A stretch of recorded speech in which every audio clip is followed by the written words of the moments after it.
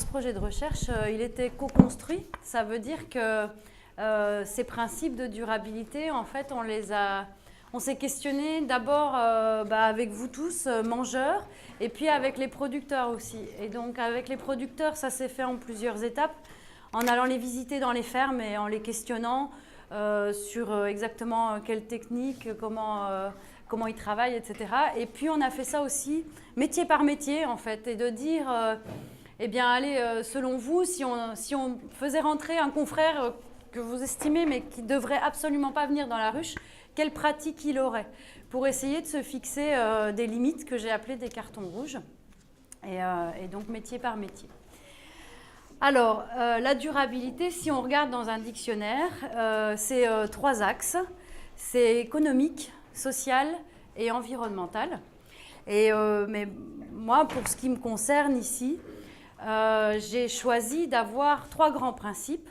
Le principe évidemment de respect de la nature, donc effectivement environnemental, mais aussi un principe de contact avec la terre, avec la matière et avec ses clients, qui est pour moi un principe extrêmement engageant dans notre démarche, dans ce qu'on recherche ici.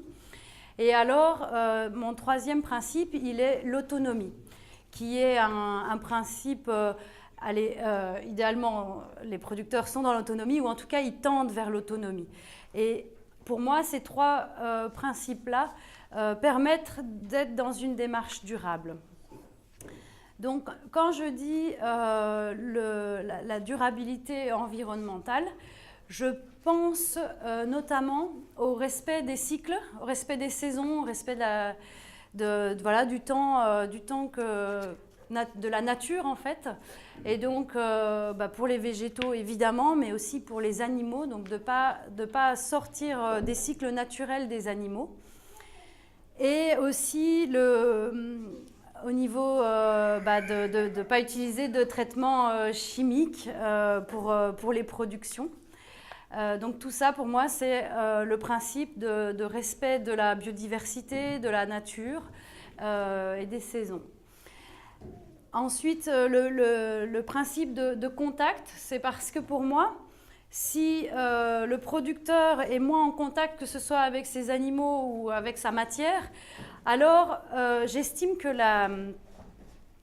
la nourriture est moins nourrissante. Parce que ce qui rend la nourriture nourrissante, pour moi, c'est qu'elle est vivante. Et j'estime que si c'est un produit qui a été manufacturé de manière plutôt automatique, on n'a pas su conserver, en fait, ce principe de vivant. Et donc, le contact avec la matière, ça va se traduire par le maraîcher qui va travailler sur des terrains qui ne sont pas disproportionnés et donc où il va encore pouvoir travailler de manière, donc pas des mètres et des kilomètres, enfin, qui sont en fait des kilomètres et qui se traiteraient au tracteur, mais d'avoir des planches qui sont pas trop grandes et qui permettent de travailler encore de manière suffisamment en contact avec sa matière. Je pense aussi évidemment aux animaux, en fait. Pour moi, le contact avec le sol, pour l'animal, il est primordial. Et donc, quand on parle de vaches laitières, de brebis, de chèvres, j'estime que les animaux doivent être un maximum à l'extérieur sur l'année. Et alors, évidemment, pas de hors-sol pour tout ce qui est élevage, élevage viandeux surtout, où là, le hors-sol se pratique assez couramment. Et au niveau de la ruche, ça, c'est quelque chose que j'exclus totalement.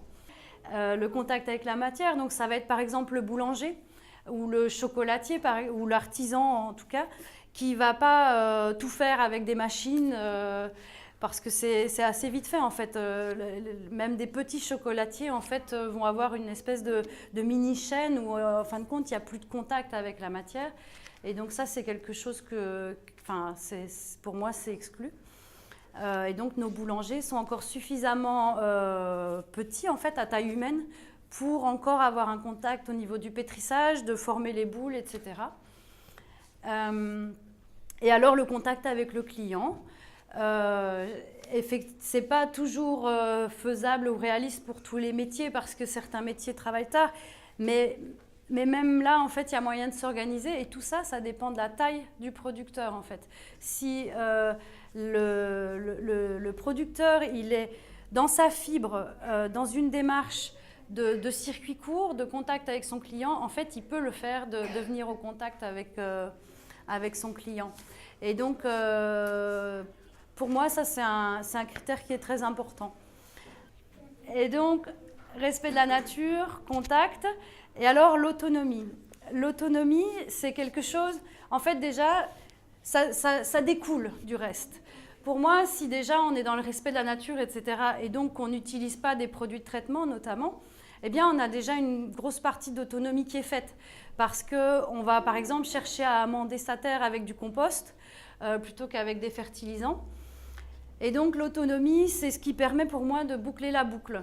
Et donc un producteur qui va avoir toujours une démarche un maximum circulaire, axée vers l'autonomie, eh bien il est dans son triangle vertueux de la durabilité. L'autonomie, c'est aussi ne pas être dépendant des banques, ou en tout cas un minimum, ou dépendant des subsides. Et donc, c'est pour moi ce qui va permettre de cadenasser. Parce que par exemple, si un producteur va commencer à trop automatiser sa production, alors de toute façon, il va faire des investissements qui vont peser très lourd dans sa démarche. Et donc, l'autonomie, c'est ce qui va commencer à être condamné, mais qui va condamner tout le reste après, selon moi. Je veux juste faire un crochet parce que bien souvent, les gens disent « Ah, c'est local, donc c'est bio ». Et je voudrais vraiment exprimer ici qu'en fait, tout n'est pas bon dans le bio et tout n'est pas mauvais dans le non-bio. Pour moi, il y a des producteurs bio qui n'ont pas de démarche durable. Dans le sens où, par exemple, si au niveau de la nourriture des animaux notamment, bien souvent les producteurs bio, ils n'ont pas assez de surface pour être en autonomie pour produire leurs céréales, notamment. Et donc, il se produit souvent que les bêtes alors vont être nourries au soja, du soja qui est importé, qui vient du Brésil. Donc, on parle du transport, mais on parle aussi d'un coût qui est fluctuant, qui dépend des bourses, et donc qui va impacter le revenu du producteur en cours de saison et de manière inopinée au niveau du nourrissage des bêtes. Et donc pour moi, ça c'est très problématique. Je préfère un producteur qui n'est pas bio et qui va produire ses céréales locales et on sait tracer, on sait comment elles sont faites et donc on sait comment les animaux sont nourris. Je voudrais juste donner quelques exemples comme ça qui vont illustrer ce que je veux dire. On a des maraîchers aux portes de Bruxelles ici qui livrent du bio toute l'année avec des tomates, des aubergines toute l'année qui viennent de grandes serres qui sont chauffées pendant tout l'hiver à base de mazout forcément. Et ça pour moi c'est certifié bio mais en fait j'en veux pas. Pour moi c'est un bio qui est moche. Ou bien au niveau du bio, c'est pas parce que c'est bio que les semences ne seront pas hybrides. Et de nouveau, je préfère une semence ancienne non bio à une semence bio qui sera hybride. Un autre exemple, chez les boulangers, en fait, c'est assez fréquent, le boulanger bio qui va aller... Non, je vais enlever mon adjectif de ma bouche, c'est pas chouette, mais je vous laisserai juger par vous-même. Mais un boulanger qui est certifié bio et qui va utiliser des farines qui viennent d'Ukraine, de Bulgarie, etc., pour moi, ça ternit le bio, en fait. Et je préfère un boulanger qui va utiliser de la céréale locale, idéalement certifiée bio, mais voilà, qui aura une démarche de toujours aller vers un plus petit producteur local, traçable, etc. Alors, vous allez voir dans le diagnostic de nos producteurs, ils ne sont pas tous, tout n'est pas hyper durable. Je leur ai mis du vert foncé quand c'est très durable. Et puis, il y a des cartes rouges, en fait, où là, ils doivent s'améliorer. En général, quand les producteurs ne sont pas durables sur tous les plans, je leur donne une histoire de 2 ans, selon le chemin qu'ils ont à faire, pour s'améliorer. Et donc, je vais vous donner un exemple concret. Quand j'ai sélectionné la ferme de Cantraine, donc il y a maintenant 4 ans et demi, Catherine avait 80 vaches dans son troupeau et manquait de terre pour pouvoir faire l'alimentation de ces vaches. Et donc en hiver, les vaches étaient encore nourries au maïs fermenté et au soja. Et ça, j'ai dit, Catherine, pour moi, c'est quelque chose qui est problématique. Au long terme, ça ne me convient pas.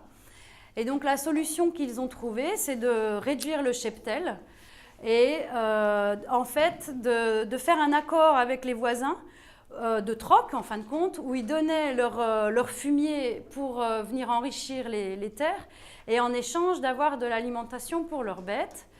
Et aussi, donc maintenant, en ayant moins de bêtes, en fait, ils transforment l'intégralité de leur production. La laiterie passe plus et donc ils dépendent plus du cours de la laiterie. Et donc pour moi, on est dans un meilleur respect de la nature. On est dans un meilleur contact avec les bêtes en ayant le troupeau plus petit, etc. Et on est dans une démarche d'autonomie. Et donc voilà, pour moi, on a été vers la durabilité exactement comme je pouvais l'espérer. On a aussi Sezoensmaak qui, bon voilà, dès le départ, je l'ai dit en le sélectionnant, ils ne sont pas bio et ils ont encore un long chemin avant d'être bio.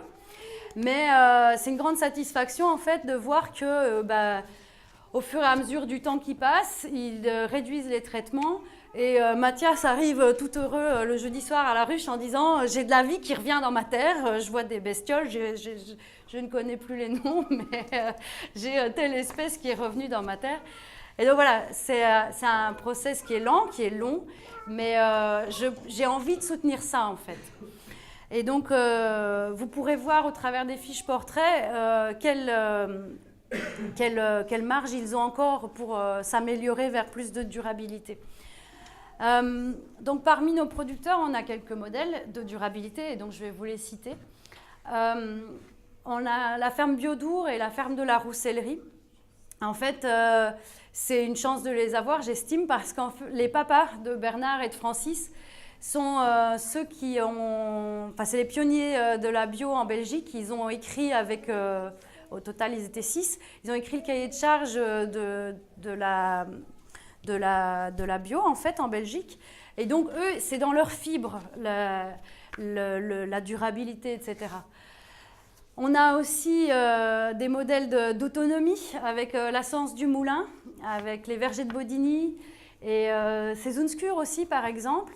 Alors, eux, c'est des fermiers, en fait, qui ont récupéré les terres des grands-pères et qui ont repris, qui ont peut-être modifié, mais qui ont continué l'activité du grand-père. Et en gardant la même logique, en fait. Et pour moi, en fait, c'est vraiment ça, la durabilité, c'est de garder une démarche en étant autonome, en ayant, en fait, des volumes qui sont raisonnables et qui permettent une rémunération décente. Donc Vincent, quand je dis qu'il est pour moi un modèle, c'est parce que de nos jours, les maraîchers dépendent tous du même fournisseur de plants. Il y en a un en Belgique, c'est un monopole. Et que ce soit bio ou pas bio, tous les plants viennent du même producteur qui a un truc gigantesque, c'est tout automatisé, etc. Et Vincent, lui, fait ses plants lui-même pendant l'hiver, etc. Et ça, pour moi, c'est quelque chose d'assez extraordinaire et méritant.